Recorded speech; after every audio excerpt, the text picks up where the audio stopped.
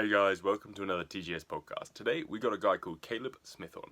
He not only shoots for the US Air Force Rifle Team, but he also wants to talk to me today regarding misconceptions of American gun culture. I hope you enjoy.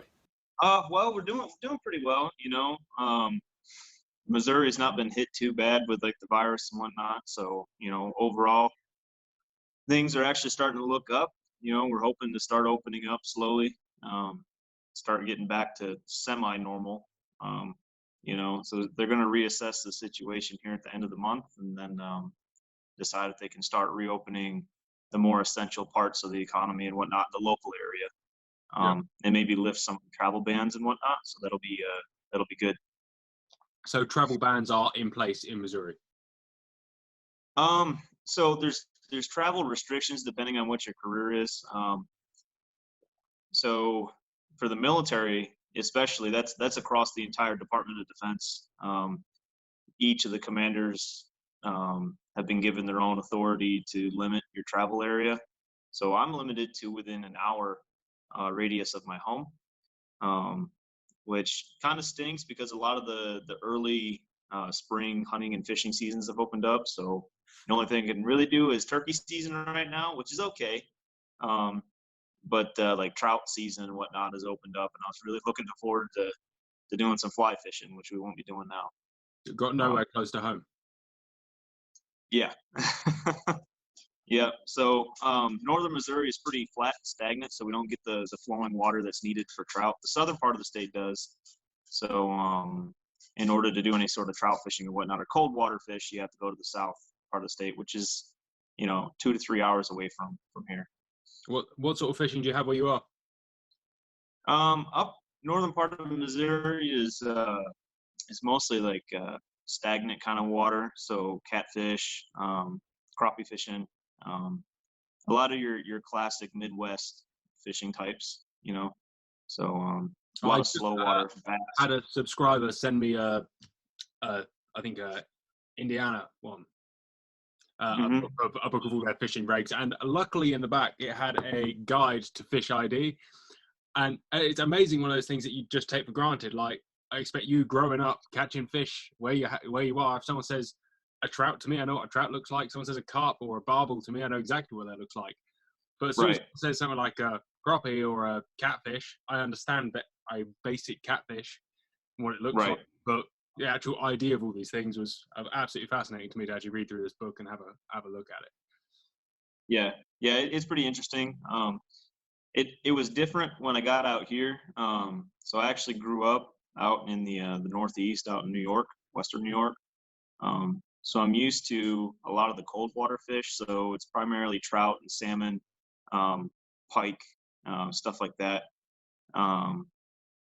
It was different adjusting to the kind of the sport fish class, is what I would say, versus the trout fishing type fish that you would have back up Northeast. So it's an interesting change for sure. Is a good sport the same? I mean, I presume it's the same as our kind of. So we divide all our fishing into game fish and coarse fish. Game fish are the ones you can eat: trout, salmon, pike, and you've got coarse fish, the fat, muddy, horrible ones that we don't eat over here. But you guys have a much richer culture of eating less exotic. Right. Yeah. To be honest with you, so I particularly don't like catfish because I've been spoiled with boundless opportunities to go and catch stuff like salmon and trout and whatnot. I think catfish is muddy. It just tastes like dirt because that's what they do. They wallow around in the bottoms of the mud. A bit like carp. Unlike a trout, they need. Like, we don't eat carp. I've had carp in Eastern Europe, and they cook it very, very well, and with lots of spices and loads of flavor. But it's just the meat is just like a Play-Doh to make into what they want, as opposed to a piece of salmon or a piece of trout, which you can just stands on its own pretty well. Right. Yeah. You serve it on a plate, and you almost have to cut it because it's firm enough to do that. And catfish is the same way. It's kind of a mushy white fish. But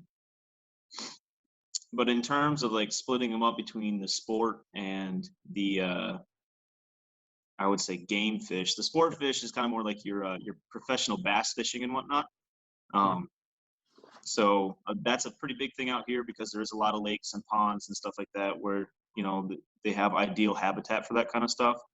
And then your game fish would be more geared towards kind of like the salmon and the trout and whatnot. They're all considered game fish, but here in the U.S., it's almost like you have different classes of fishing, I would say. But so A lot it of makes it interesting. segregation between the communities. Yeah. So Yeah. So I'm kind of a midway point where I kind of just do it all, which is not necessarily very common. You'll have people that are, hardcore salmon and trout fishers, and they will completely denounce bass fishing altogether. And then you have the other side of that coin where they're bass fishermen only, and anything that's not bass, they don't want to do it. So I always thought it's life interesting. is way too short for that, but I'm sure at some point in my life I'll become a dedicated. All I want to do is shoot this type of deer, and everything else can disappear and go. Exactly. And it's one of those things. I think it's just how you grew up. So I mean, I grew up doing it all. We hunted, birds and deer and everything like that. And then for fishing, in the location that I was at, you had the Finger Lakes in New York. So you could fish all the bass species, and you could also fish all the trout species in the same location. So it just depended on what you want to do. With your old man? What's that? With your dad? Yep. Yep. So my whole family as a whole is just, it's a very deep lineage of outdoorsmen. So it is just something we did as a family typically. Nice. So, I mean, Yeah. before we go any further, let's talk a bit about you.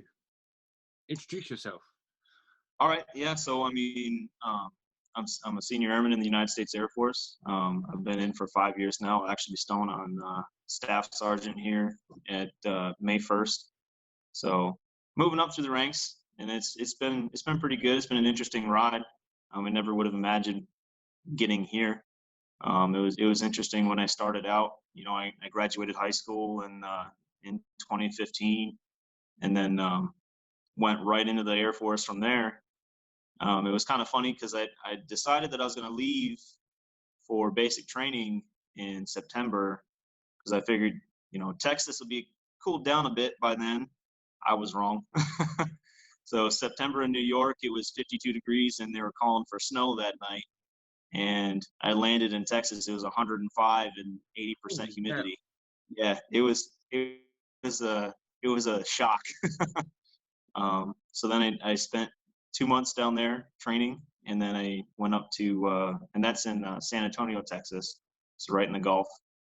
And then I moved up to Wichita Falls, Texas, which is up by Dallas, so kind of closer to Oklahoma, out in the grassland, which is kind of amazing because you can go from the desert Gulf terrain of San Antonio, drive 8 hours north in Texas, never leave the state, and you're in a completely different terrain. It's complete plains grasslands out there. The scale of Texas is, I mean, a pretty scary thing. It's pretty massive.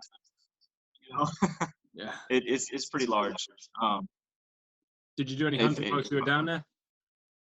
No, I was too busy training and whatnot. So your first year in the military, and regardless of what branch, most of it's training. You really don't have much time to do anything.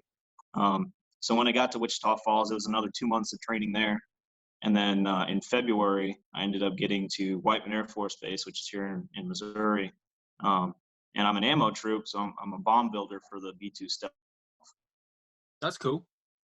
Yeah, it's a good time. It's a good time. My mother hated it initially, but I mean, one presumes it's quite safe. It is, for the most part. If something goes wrong at the same time, it's kind of a reassurance. I won't know it, but it'll be quick. Very true.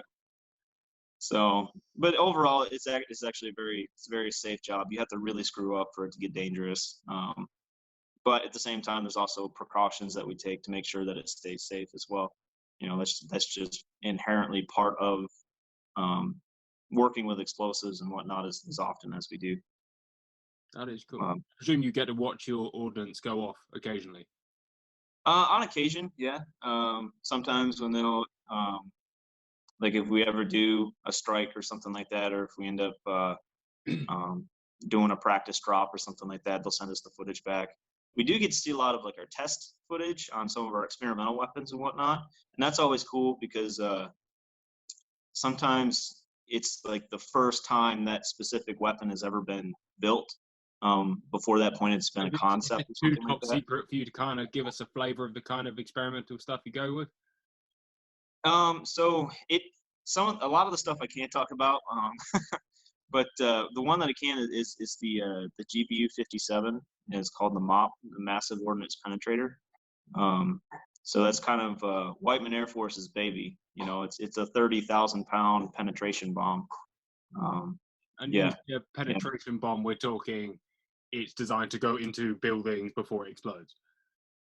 Well, it's designed to actually penetrate beneath the ground and hit underground facilities.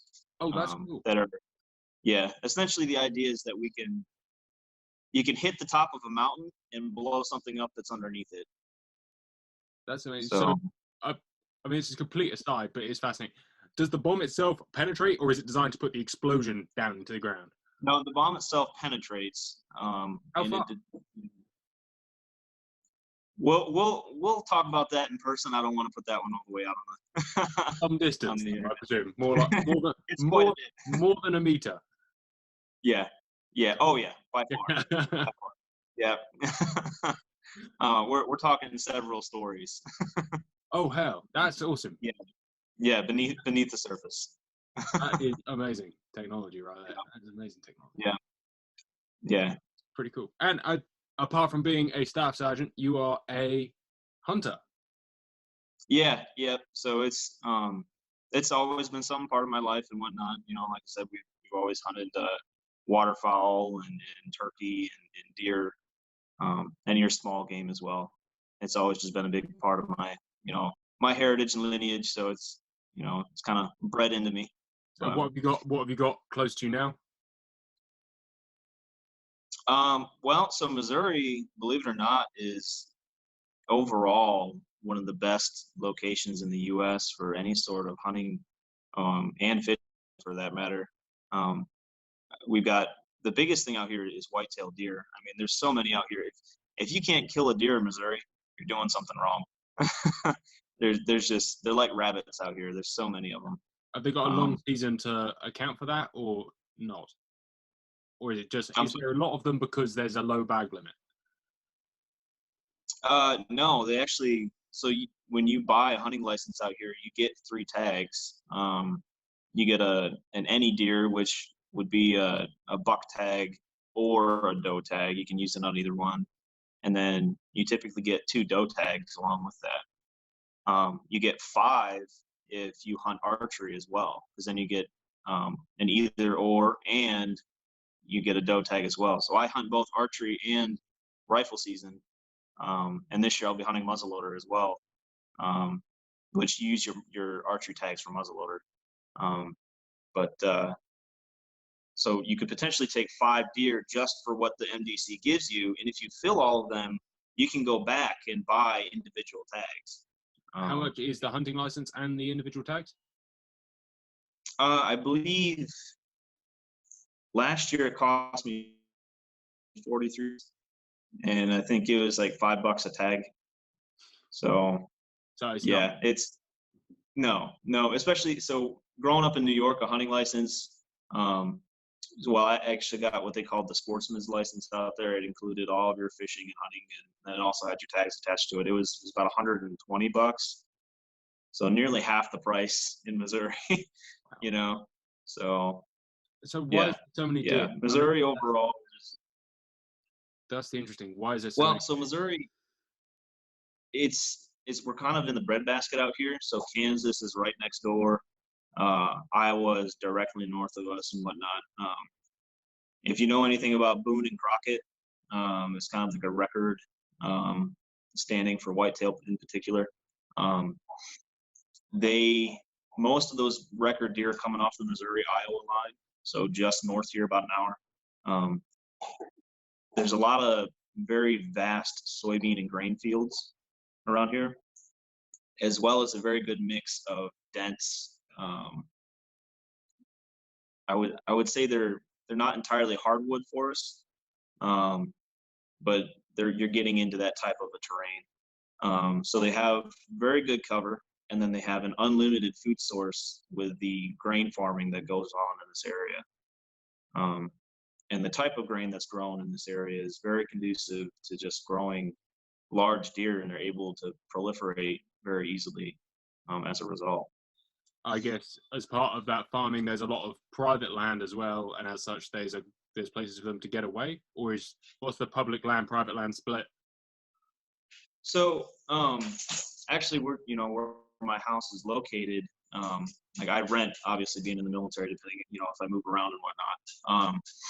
So the house that I'm renting is on 2,000 acres worth of farm, and then Right. yeah, that's like a medium to large size farm out here in the Midwest. Yeah. And that's pretty typical of your grain farmers out here. My dog's being needy over here. Hey, bud. And then my backyard actually borders Martha Perry Conservation Area, which is another 4,200 acres worth of public accessible state land. So I'm in kind of a sweet spot, but overall, and Missouri is actually really good for that too. If I remember right, I believe they're somewhere between 15th and 20th in the U.S. for the most public accessible and usable land. And I couldn't tell you how many millions of acres of public accessible and usable land there is in Missouri. Enough. Yeah, there's lots and lots of, and what's neat about it too is most of it, especially the conservation areas and whatnot, you can hunt and fish those as well, depending on the seasons. A lot of those areas will have their own individual laws that you have to abide by. So, like on Martha Perry, which is right out back here, you have to, what is it? I believe it's a 4-point rule for deer, meaning that the deer has to have 4 points on one side or larger for antlers if you take a buck. And then on top of that, it's archery only. So it's much more challenging, which is another reason too is why there's so many deer. Is Missouri allows you the opportunity to take more deer, but they make it more difficult to take a mature deer because you actually have to be selective on the type of animal that you're taking. I guess that's good, I presume. Yeah, it is. It's very good for the deer populations and whatnot, particularly for the males. When it comes to whitetail, there's far more does than there are bucks, and a lot of times in states, New York has a problem with it right now. Actually, they're considering going to a 3-point rule statewide. As a result, is that a lot of hunters and whatnot that go out and they'll shoot the first deer that they see, which in a heavily populated or in terms of animals in a densely populated area, that might be okay, but eventually years and years of doing that, it starts to hurt your population because your younger bucks are not becoming mature and they're not breeding as they should.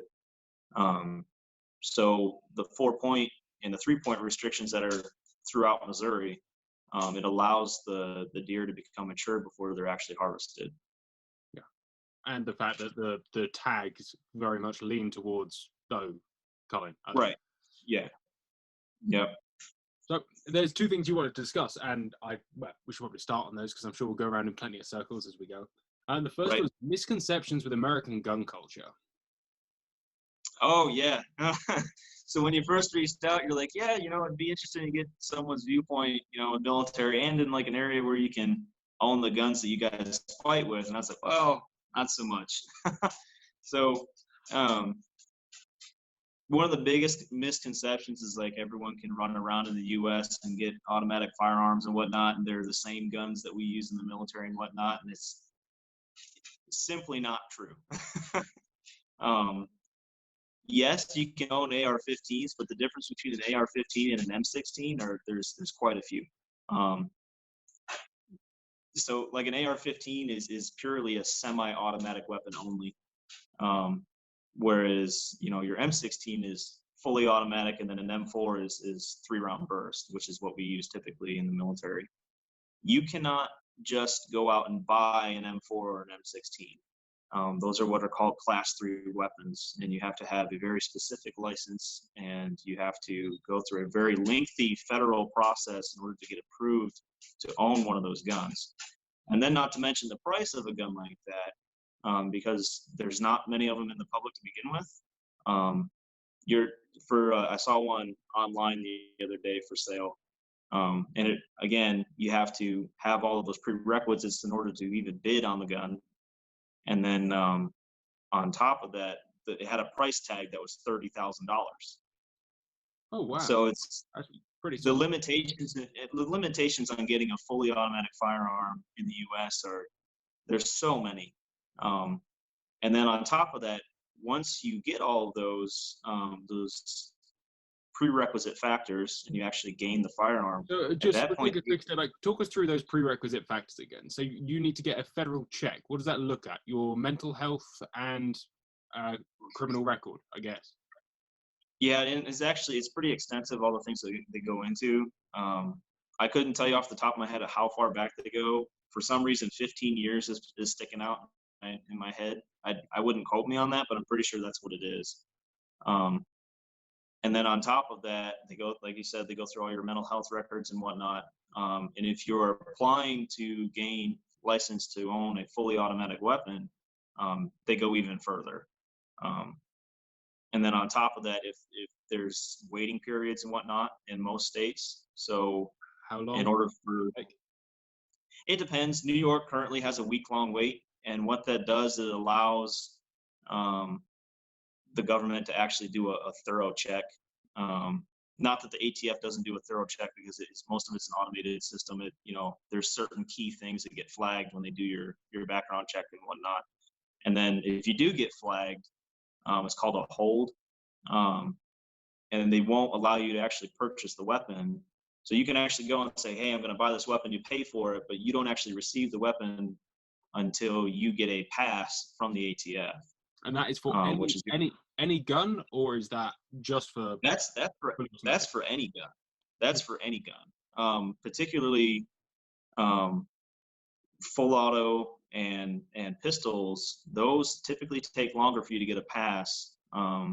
Usually, every new purchase, or once you own one, you can just go for gold. That's every new purchase. So even on private sale. Yeah. Well, it depends on private sale. So there's a lot of states now. Private sale is not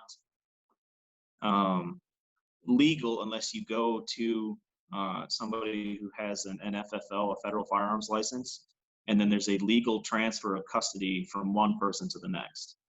So say I want to sell you a gun, and you're my neighbor.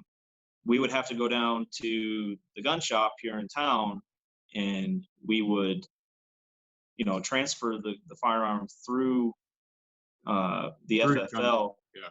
Right, and he would then sign it over to you, and you would still receive a background check for that as well. Okay, and that background check takes like a week, or can it be immediate? But it depends. If you got a clean record, I've never had a positive, or a positive hold, so it's it typically takes like a day for me, if that, because I've never committed any crimes or anything like that. I mean, stuff like speeding tickets. If you have over a certain amount of speeding tickets, they'll hold your weapon, and they'll look deeper into your record. So say you've got like 5 speeding tickets, they'll hold, and they'll dig deeper into your record to see if there's anything else that sticks out that you shouldn't allow a firearm. So it's not, well, I say it's not as easy as most people think that it is. No. Say 10 years ago, it was easy. You could go to a gun show and just pick up a gun. It's since then, there's been a lot of changes and whatnot, and even then, there were still certain background checks in place and whatnot. Overall, it's difficult to do it. In some states, so Missouri, it's legal to do private sales of long guns, so full-length rifles and shotguns. So including semi-automatic full-length rifles. yes, yeah, and the reason for that being is the idea is that you can't, so I collect M1 Garands. You're not gonna conceal an M1 Garand and go shoot a place up. It's a 40-inch rifle. There's not really any place to hide that. You tell that to the UK firearms, please. They probably disagree. Yeah. They also apply that so you want to buy an antique shotgun from somebody. Obviously with my Ithaca, for instance, it's a 30-inch new Ithaca drilling. There's no way, or a new Ithaca double. There's no way you're ever gonna try and shoot a place up with something like that. And that's the idea behind being able to do a private sale with that. But even then, if you want to play it safe, you should, by all means, take it to an FFL and do a proper transfer of custody. There's still a lot of guns around that aren't registered per se, that were sold many years ago, or over 10 years ago, as you say was the date. Well, I guess what are you trying to ask within that? Well, I guess so. My presumption is the whole point in this is that the government have a database of what guns belong to who, or is that not the point? Yes and no. It's not necessarily to have a database of what guns you own. It's to have a database of who has the guns. So that way they can kind of monitor their backgrounds and whatnot throughout their, I guess you could say, livelihood of owning firearms. Just a quick sniff of your political feeling on that. Is it a good thing? I think so. I think where we're at right now is a good position to be. I don't agree with people trying to push more restrictions. And the reason for that being is because the system that we have in place actually works. In the cases that it doesn't, on the news and whatnot, you'll see like there's a shooting somewhere and whatnot. That guy got a hold of that weapon illegally. And one of the areas that a lot of those are coming from, and this is why you see a lot of them down south, is they're actually coming across the border from out of Mexico, from the cartels. Criminals are criminals. They're not going to follow the laws to get the guns. That's kind of my feeling on it. That's our argument here most of the time as well. Right, and that's the thing is like, so you start to install more restrictions on these firearms, and all you end up doing is just, kind of pissing off the law-abiding citizen, because he's the only one that's getting affected. Because again, a criminal is a criminal.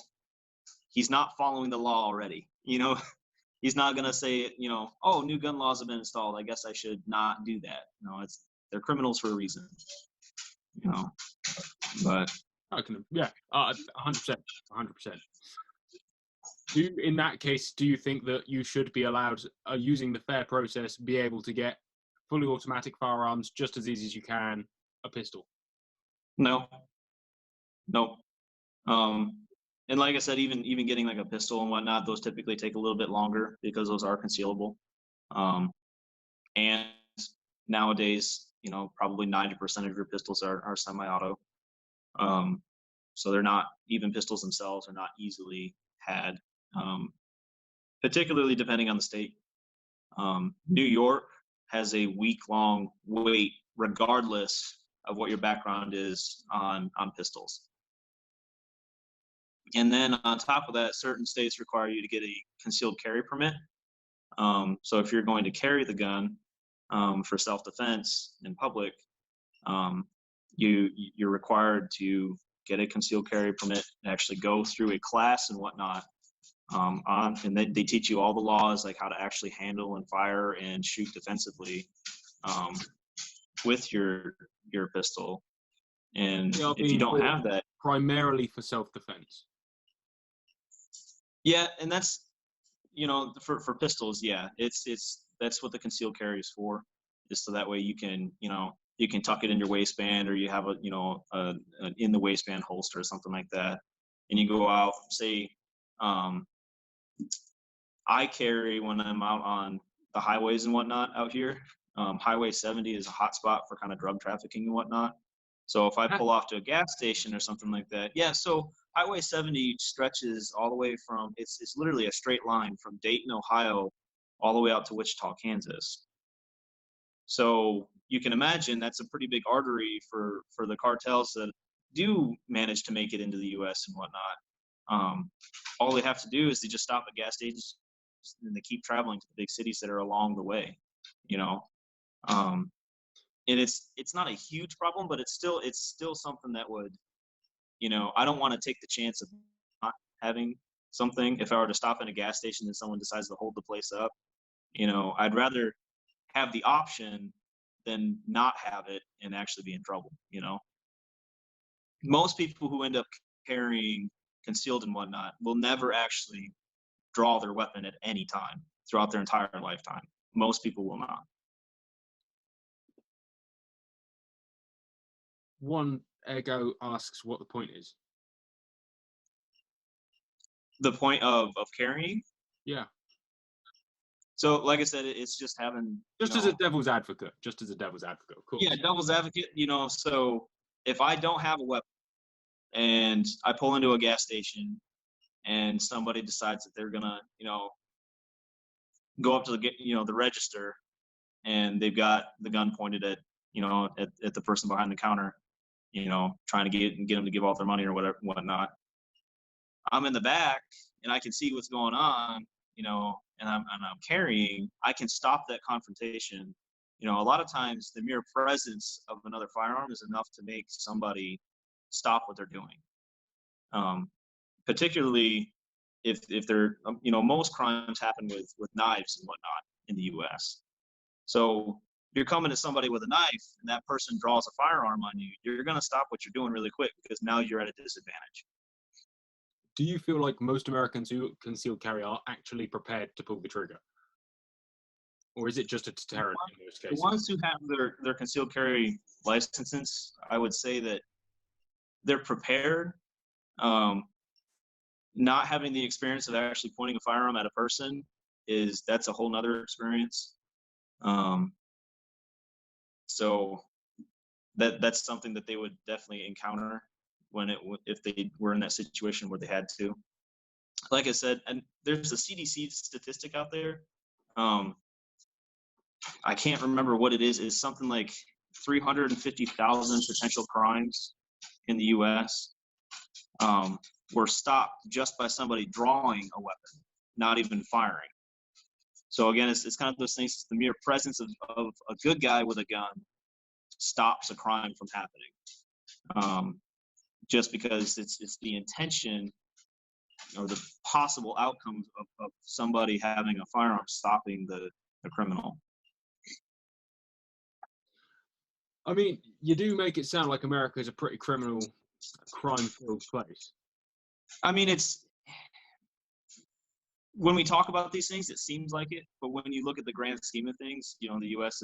it's a very safe place, and I think a lot of that has to do with the firearms culture. I think it really does. Quite probably. I don't know. It's just such a very foreign thing to me. I mean, it was made not a reason to have a firearm for self-defense in this country like 70 or 80 years ago. So it's so far removed from our culture to think about having a gun for self-defense, and it's pretty much illegal to defend yourself after a certain point in this country. So the answer is always to avoid confrontation if one can, because there's reasonable force, but reasonable force is not defined, is it? It's a very weak definition. So I mean, as a culture, we are very, I would say, much more cautious about getting involved in any confrontation. So when you're saying about someone's robbing a gas station and a petrol station, we should call it, someone's robbing a petrol station and you're there in the back, I haven't got a gun because I'm in England, I haven't got a knife because I'm in England, all I've got is a bottle of Lamborghini and 4 tins of Stella. Right. You just wouldn't get involved. And this is I think there's a real difficulty here, because it does sort of stink of cowardice in some regard, because inevitably any man would go, I would like to get involved there to stop this crime happening, but you can't. But even if you Right. had a gun or a knife, you couldn't anyway, so there's no point. And it's a very Right. strange cultural divide. Like you say, yeah, I'd get involved. I'd get the gun out, Yeah. stop the crime more than likely. That's why I carry it, to be Right. a small policing force. I presume that's kind of the Yeah. theory. Whereas Yeah, and that's, you know, we you kind of said it right there is where, because if you think about it, you know, a crime, a lot of times police reaction time is typically about 5 minutes to get to a location.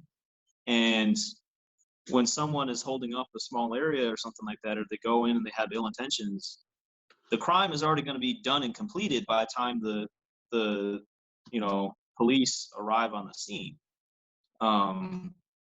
So it's kind of a self-governing, you know, we're going to try and help each other out best we can type attitude within the firearms community, at least ones that carry defensively, you know.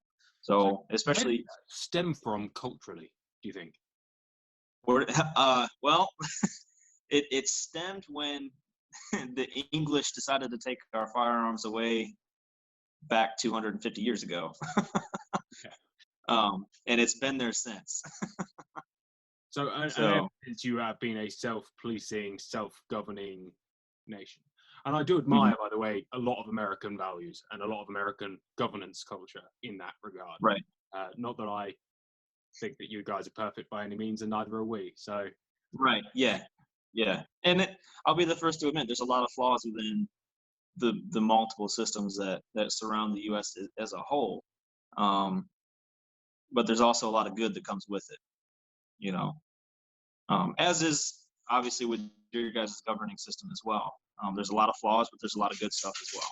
yeah. So I often have conversations with people about what the perfect culture or what the perfect society would look like.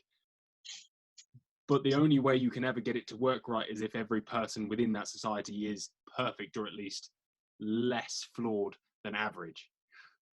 in order to get there, each person inherently would have to be a good person. Yeah. You know, and that again, that kind of goes back to the, you know, my reasoning, my personal reasoning for carrying is I know that there are bad people out there. And honestly, having been in the military, like I wanted to carry before just because of, you know, the culture that I grew up and whatnot in. But after having joined the military and having the intelligence briefings and whatnot, and realizing what's going on in the world, it made me want to have some sort of option for defense, you know, personal defense even more. Particularly, so like I can carry onto a military base. Now, once I get out of the vehicle, it has to be in a lockbox, you know, attached to my vehicle and whatnot. But I can carry onto base here because, like, in the mornings when I go to work, the line, the traffic line built up at the main gate when they're actually, you know, going through your IDs and whatnot to make sure you're actually legal to get on the base. You could be backed up almost a mile.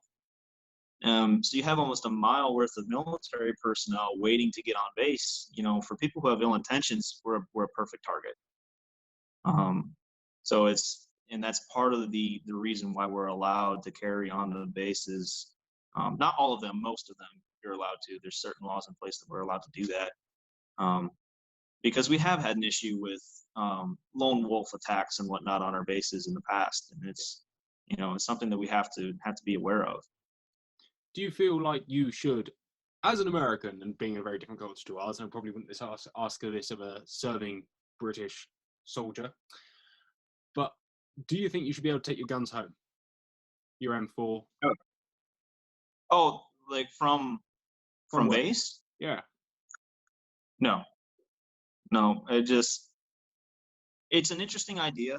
I believe it's Switzerland. I think Switzerland does it. I don't necessarily think that would be a good idea because not everyone is, they're not as mature as you and I are. Yeah. So they'd be going out back and they'd be using them and whatnot. You know, they'd be shooting their weapons and stuff, and there's potential for trouble to come from that. And on top of that, from a militaristic financial spot, that would be bad considering. So now you have a weapon that should only have 2,000 rounds on it. Now it could potentially have, 10, 15,000 rounds on it, and it's worn out because they were taking it home and shooting it. And like I said, the personnel would listen to the rules and just not use it. There would be the temptation to use it, and like I said, not everyone as mature as you and I are, so they would be breaking the rules with it. That's a hell of an assumption there, by the way. That's interesting. Very interesting. So you are happy with the way the laws are at the moment? Yeah. Apart from the cost of fully automatic firearms? Yeah, and I'm okay with that as well because I have no personal desire to own a fully automatic weapon, and that's because I use them on a regular basis in the military. Yeah, so you're spoiled. And that's actually the issue there. Yeah, well, there's that, and you gain the knowledge of, in a non-military setting, fully automatic weapons are not useful. Like there's no use for them at all. You definitely won't be hunting with them. And even it's actually an American who introduced me to this concept that you don't need a reason. It's supposed to do something just purely based on the fact that it's fun. Apparently, it's not a very British thing to do with guns. That's true. I mean, there is a don't fun get me wrong. being able to just make lots of noise. And I'll be the first to tell you, so the M240 is one of our primary light machine guns. It's a lot of fun to shoot, but it's a lot of fun to shoot for like 100 rounds. You're like, okay, I'm done with this. I've done it. It's over. kind of concept. Which I presume, like with all these things, it's great fun until you have to pay the bills.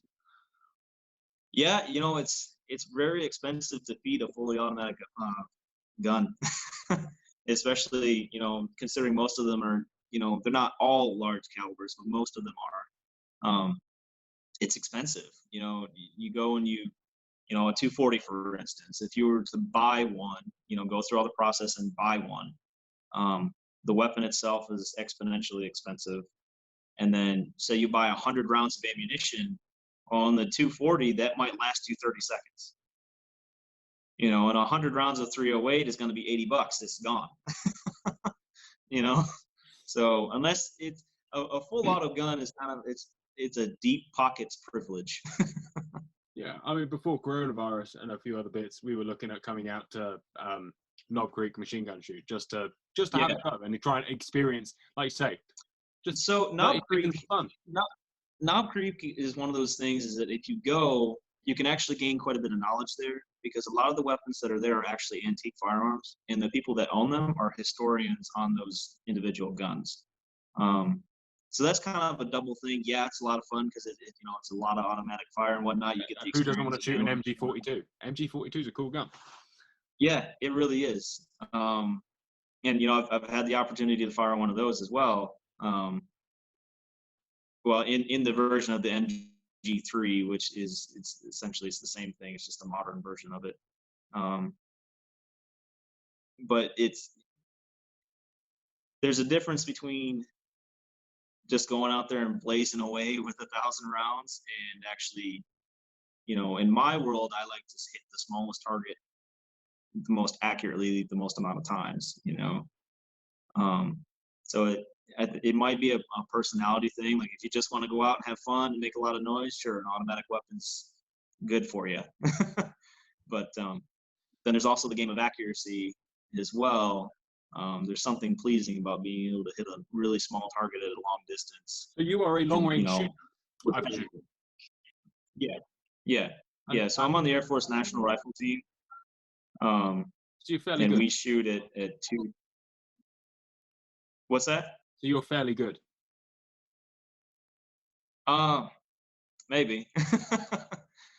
I don't think so. Other people say I am.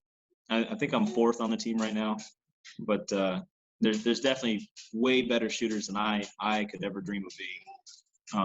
Just to name one, Brandon Green from the Army Marksmanship Unit. And the type of shooting that we do, it's service rifle. So essentially you have a clone of what a service rifle would be. So I use an AR-15 that's in M16 configuration, semi-auto only.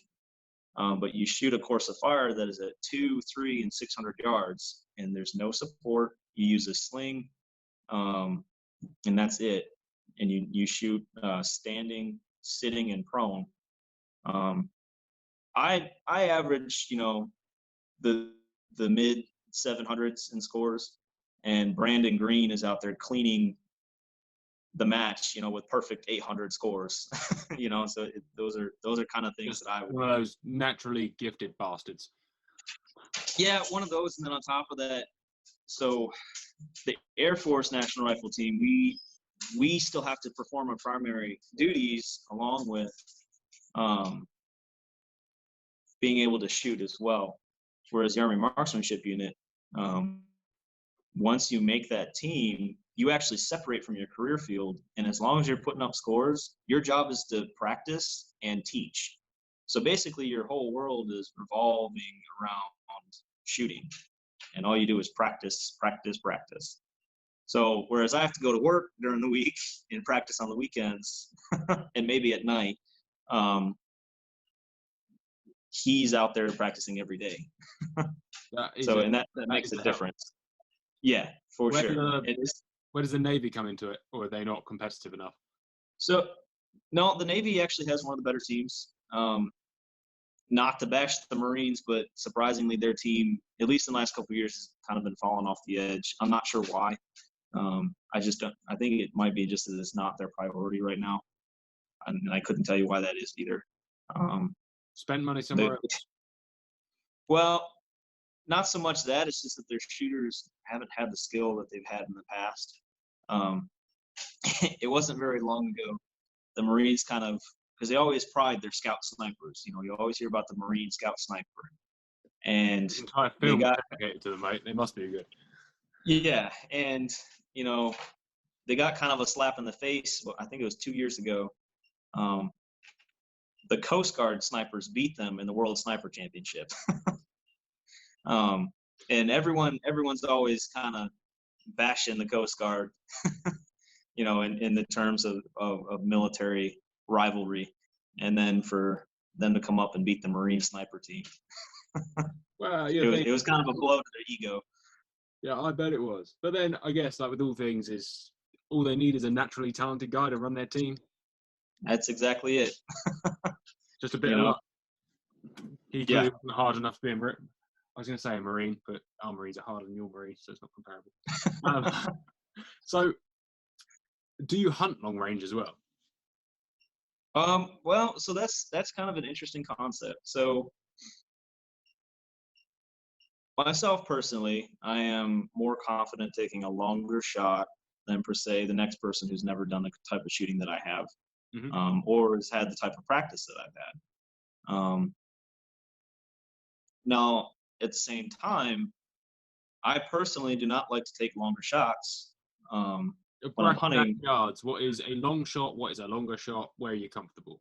So in competition, a long shot for me is 1,000 yards. Now, in terms of hunting, a long shot for me is anything past 200 yards.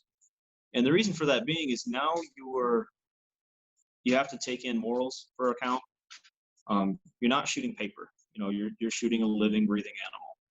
And a lot can happen over long distance between, your own capabilities, and then again, it's a living, breathing animal. It's typically not standing still when you take the shot.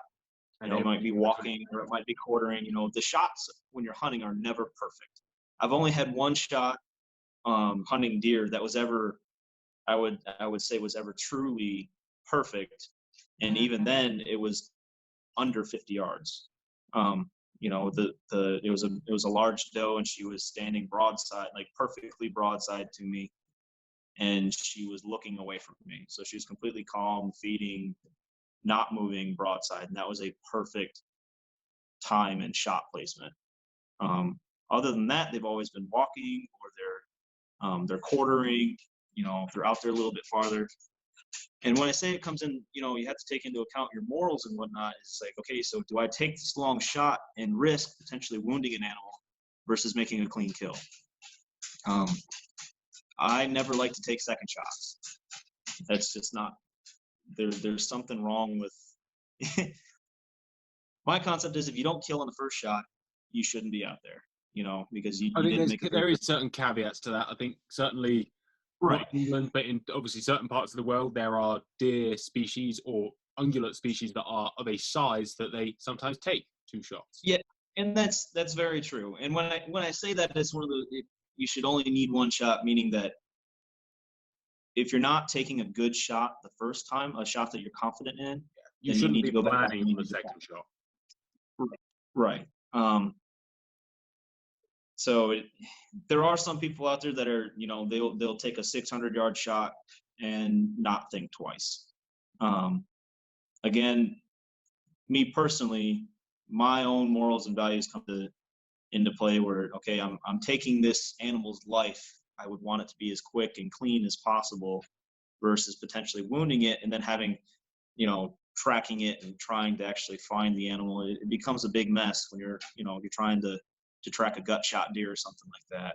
And, then you also have to consider again, it wasn't a clean kill, that animal's suffering in the meantime, And so personally, I'd rather take a shorter shot that I know is a good placed, clean kill versus taking a longer shot that I'm kind of confident in, but the surrounding factors may not allow for a clean kill. That sounds fair enough. So you don't exercise your superior marksmanship on animals. What do you think about the long range shooters? Do you think that there is some mild abhorrence with it, or do you think if they want to do it, crack on?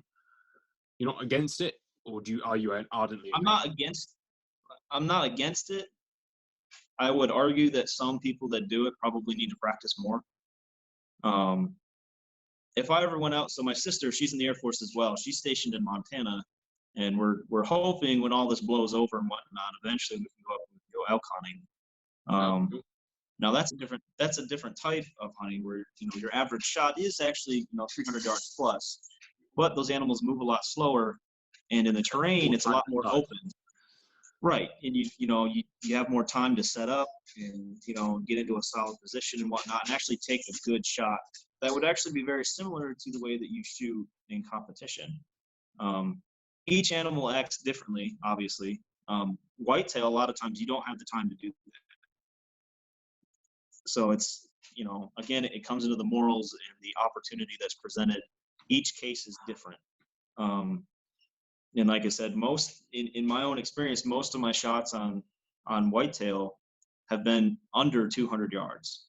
And that's just because of the nature of the animal itself and the terrain that's presented that I'm hunting. Interesting.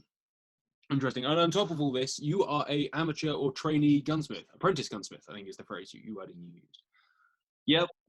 It's one of those things that I do it when I can. I'll go down and I'll help out my local gunsmith and whatnot. And he's offered to teach me as I'm going. Is that mainly rifle stuff, or what does that look like as an American? For now, a lot of it's kind of based on rifles. But I have, I've done some work with shotguns and whatnot. A lot of it's just like minor repair and whatnot for now. He has started to kind of teach me on the roles of machining and whatnot. Once I sew on staff sergeant, that's one thing that I'll probably do because I'll have time to take classes. Is there's a local college here that teaches a machining class, and I'll actually take that on night classes after work and actually go and learn professional machining, and so I can learn how to thread barrels and use mills and whatnot to do those types of metallurgy work that's involved in gunsmithing. Do most American shooters have their guns modified then, I presume? Or is that another? Modified in what way? That's one thing that comes with the gunsmithing, and there's so many different areas within the gunsmithing world. Like you see, the biggest modified weapon out there is the AR, the AR platform. We don't actually consider that gunsmithing because you can build one of those in your garage using normal hand tools. You buy the parts and put it together. They're kind of like adult Lego kits. Whereas, you get a nice Winchester Model 70 or something like that, and you want to have the barrel swapped out for another caliber or something like that. That's actual gunsmithing, where you have to, you buy a barrel blank. Depending on the type of metal, it may need blued or something like that. It needs to be threaded and fitted to the gun and whatnot. There's a lot of precision tooling and whatnot that's involved in actual gunsmithing. I focus a lot on woodwork. That's kind of my area of expertise, and that's what kind of developed into the gunsmith thing. As I started doing stocks and whatnot for my own guns, and then making them. Yeah. Nice. So, and it's that was another thing that I grew up doing, was just normal small woodwork and whatnot, and with my dad and my grandfather and whatnot. And then I just kind of carried that on, and I was like, well, I'd like to make a gun stock for one of my rifles, and I tried it. And it just kind of became like a hobby passion of mine, and I just continued on from there. And people started noticing my work and whatnot. And I just actually got an order for a $1,200 Garand stock here the other day, so I'm gonna have to start working on that here soon. That's cool. So so that is like what, like a grade 5 Garand stock, or is that just a custom fitted one? Or no, that would be like a like a AAA grade walnut stock. That would have a fancy finish and whatnot. It'd be custom fitted and floated to the rifle and whatnot. And then also it would take we take into account the individual's measurements and whatnot, so we'd actually fit the gun to him a little bit more than we would on a standard rifle stock. Most rifle stocks from the factory are kind of a one-size-fits-all type thing.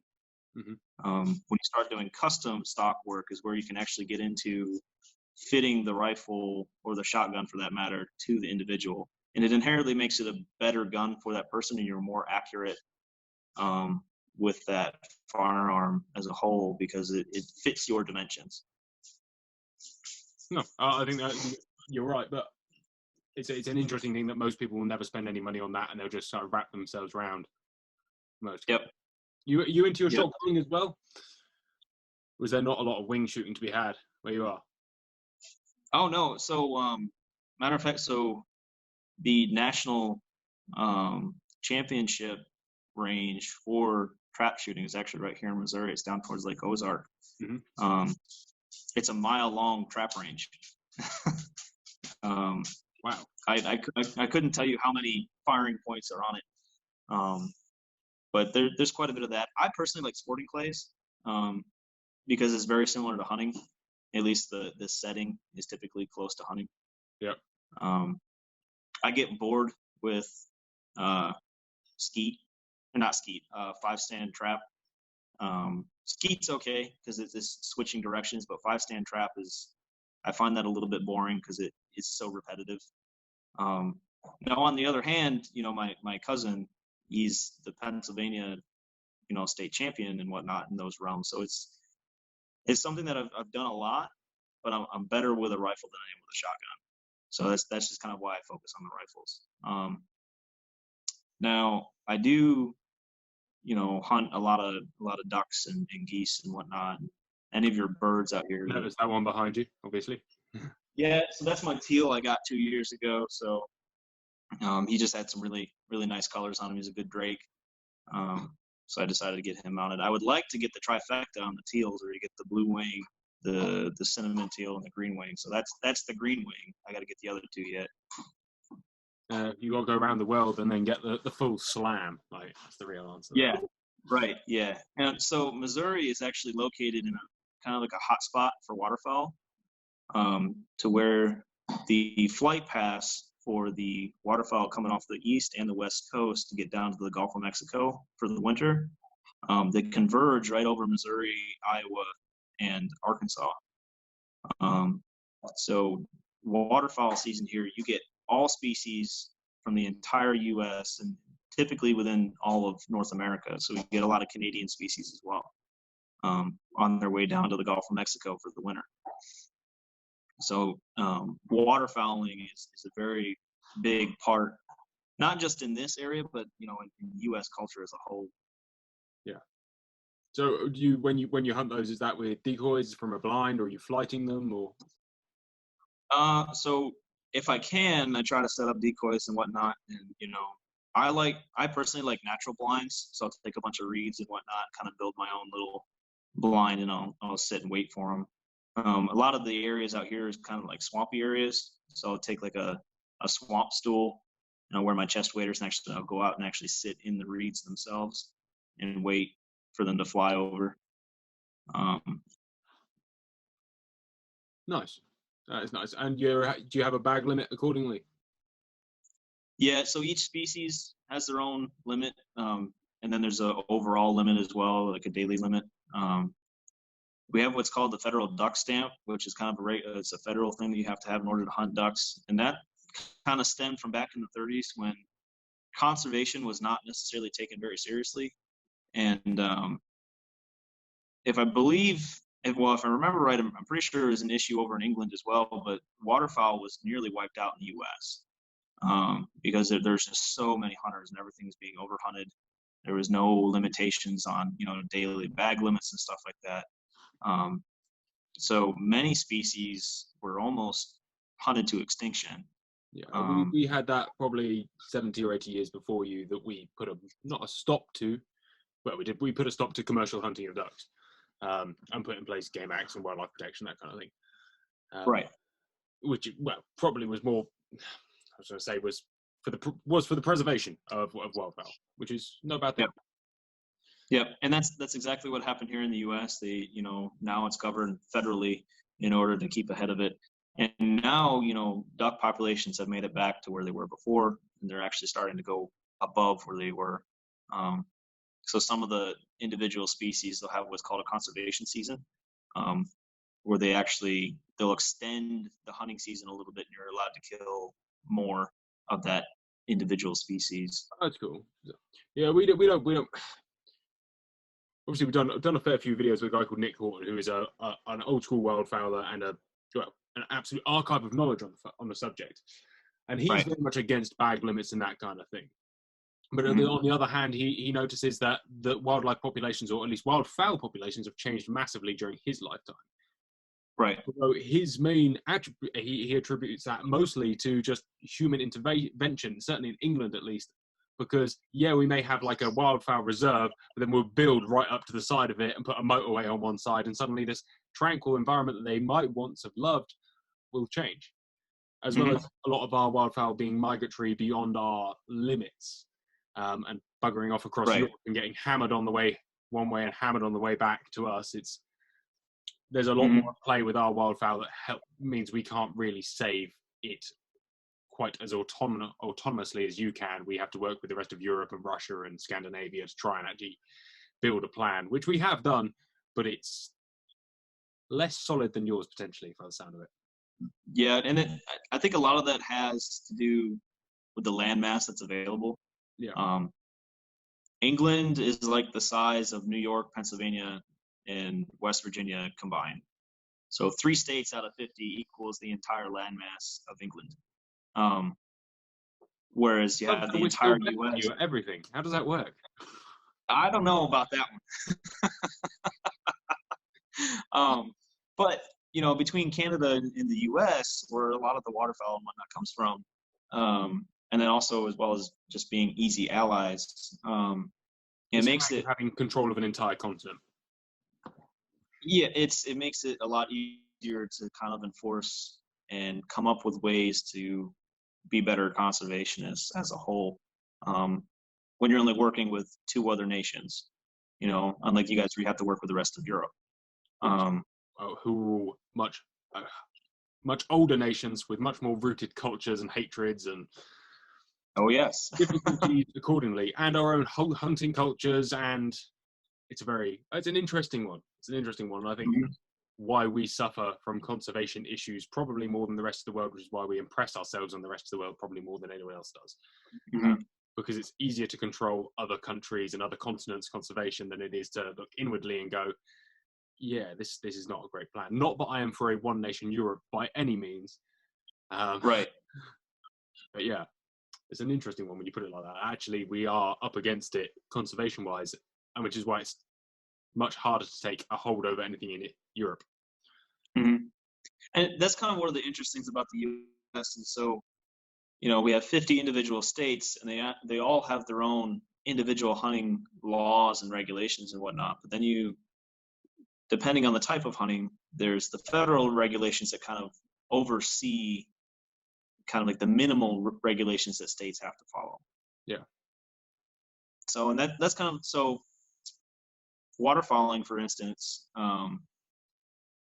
it's federally governed that you have to use non-toxic shot. That's not something that's put up by the states. That is a federal mandate.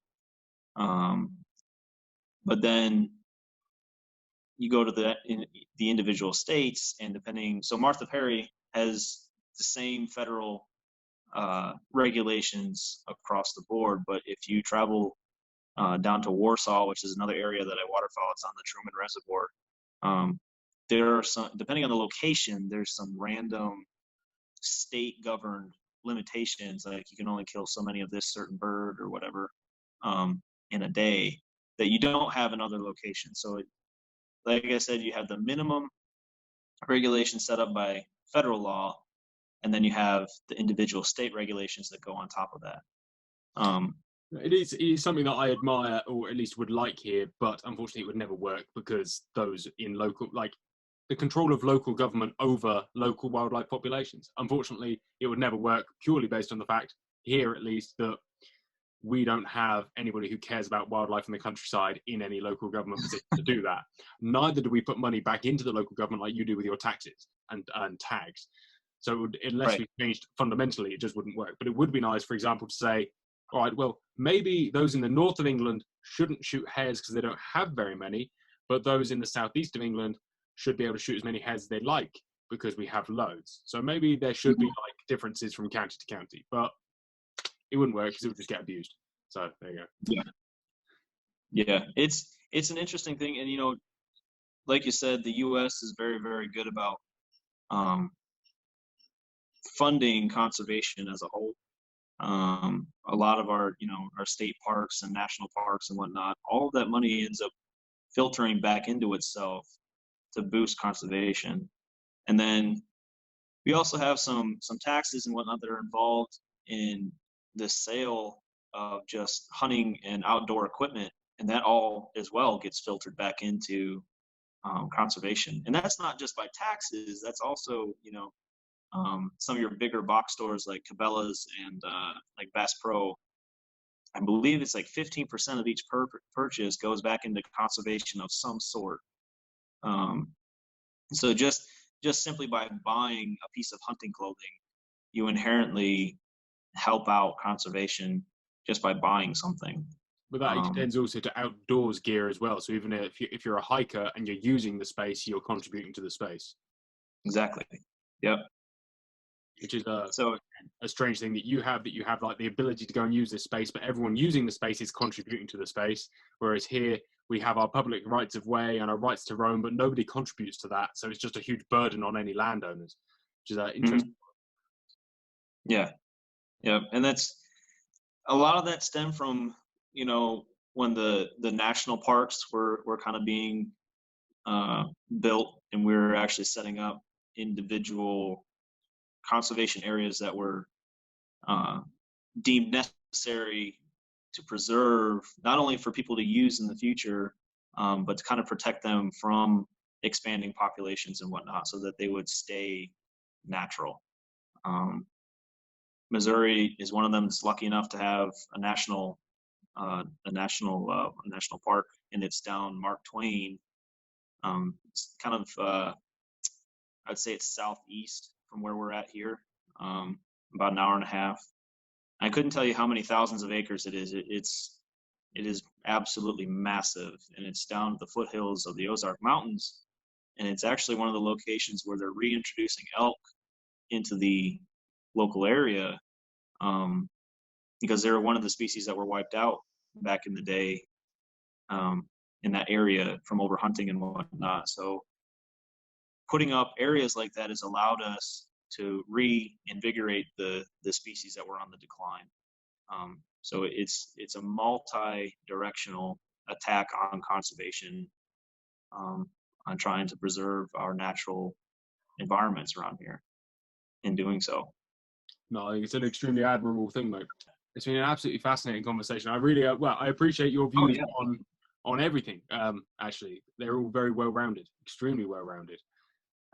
Yeah. It's just one of those things, it's good to sit down and have a conversation, especially from someone, who's from across the pond, and the laws are a little bit different, and, the environment's a little bit different, and you get some different concepts that may or may not contribute to what, you're doing in your own location. So it's always good to talk with other people from other parts, especially of the world, and you kind of get these different views that could potentially help out what you're trying to do. It all So makes us more well-rounded gun owners, hunters, and conservationists, which is, exactly. I think, the more rounded we can be, the better chance we have of surviving in a more ever-pressing world, at least. Yeah, absolutely. My So, final question is do you get a lot of anti-gun hate, or is that just not a thing, personally? it depends on the area. So I grew up in New York, like I said, and it's a lot of people are like, oh, well, how's the city and whatnot. But actually, New York's a very large state as a whole, where I was 7.5 hours away from the state, or away from the city. Wow, cool. And so you have two very clashing types of cultures. New York City is very far left, and they're very anti-gun. And you might have a couple friends that are from down in that area, and say you post something on Facebook, and they'll immediately jump on and be like, "Oh no, that's not how it should be." But then once they come out and they see the way that you're living, they experience a different side of things, and they realize, "Oh, maybe this is okay." And then when you go to the city, and you realize, "Oh, this is why they think." It's the mix of cultures. A lot of the clash is between people from the inner cities and the people from the more rural locations. And I personally don't end up getting a lot of the hate from it. I have had some confrontations with my friends in the past, but at the end of the day, what you have to do is you just have to be mature about it and be willing to sit down and have a conversation. And if they're not, then it's unfortunate. It's just one of those things. It's like, well, you just have to move on. Then find somebody else to talk to, at least at that moment. I'm not saying to abandon your friends because they see a different view from what you do, but you need to be open to having a civil conversation, which is something our society as a whole, our generation has kind of forgotten how to do.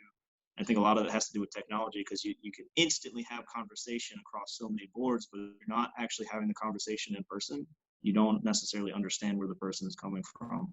100%. And suddenly you just feel like everyone should be a little bit more like you, and forget that the world is full of different and beautiful people, and it would be such a shit place if we didn't have that variety. Yeah, exactly. So it's one of those things is, if you are kind of receiving that type of narrative from another person, you just have to be willing to sit down and have a conversation. And a lot of times, and that's kind of the beauty of working in the military, is it's such a mix of personalities and people and background. You get so many different viewpoints, and you talk about them. Like when you have a down day where there's not much going on, you're all sitting in the break room, and conversations on politics and everything else like that, they all come up. And it wasn't it wasn't too much long ago that I had a conversation with a girl that I was working with, and she's from inner city California, from Los Angeles, very anti-gun. And she knew that I was on the rifle team and whatnot, and she started asking me some questions, and we just literally sat down. I was like, look, this is why I feel that I do, and this is why I'm pro gun and whatnot. And by the end of the conversation, she had actually loosened up on her viewpoints, and had understood that maybe the gun culture in the U.S. isn't necessarily a bad thing. And it was simply just by having a conversation. She started to understand why things are that they are, and that a lot of it is, it's from a lack of education. They don't realize that we do have processes involved and whatnot to make like the purchase of firearms and whatnot, not as easy, but also safer at the same time. Which is obviously to make sure that the people facts of it are obviously not aided by the liberal or left-wing media, because to be honest, it's still pumped out over here like you can just walk into a gun store and buy a gun. And a lot of the stuff and the facts they're using is quite clearly old, but it doesn't matter because most people just read it and go, yeah, America's bad. You should buy guns everywhere. Yep, and that's, like I said, that's actually it's one of the biggest misconceptions, is that it's not that easy. And the media, unfortunately, they're equally bad on both the left and the right. It drives me nuts because there's no one who actually reports honestly anymore. So they'll get a story, and then they take out the parts that they want to report on in order to push their narrative. Yeah. It's kind of like CNN versus Fox News. So CNN is going to be extremely left wing and only going to pick out, the very left wing narrative things, and then Fox News is going to do the same thing for the right wing. Is part of the reason why it drives me nuts, and I don't watch the news very much anymore, because there's so much misinformation that spreads through the media anymore. Which is it's the world we live in, isn't it? Isn't it wonderful? Yeah, and that's why having conversations are so important, because a lot of times you're educated not only on the other person's viewpoint and why they're thinking that way, but you can gain some sort of knowledge on the actual subject because you learn why a person thinks that way, because there's a process behind that. There's a reason why they think that way. So individual conversation is always good. Agreed, mate. Caleb, thank you very much. I should call you Staff Sergeant Smith. No, I'm not in uniform today, so. Right, thank you very much. It's been absolutely brilliant, and I hope everyone watching this or listening to this has enjoyed and learned something, whether that be fact about American gun culture, fact about American fishing, hunting, or that there's 3 types of teal in America you can go and try and kill if you're bored of shooting Yep. like we have in the UK. Yeah. Call back anytime, man. I'd love to have another conversation. Will do, mate. You take care. You too. Stay safe.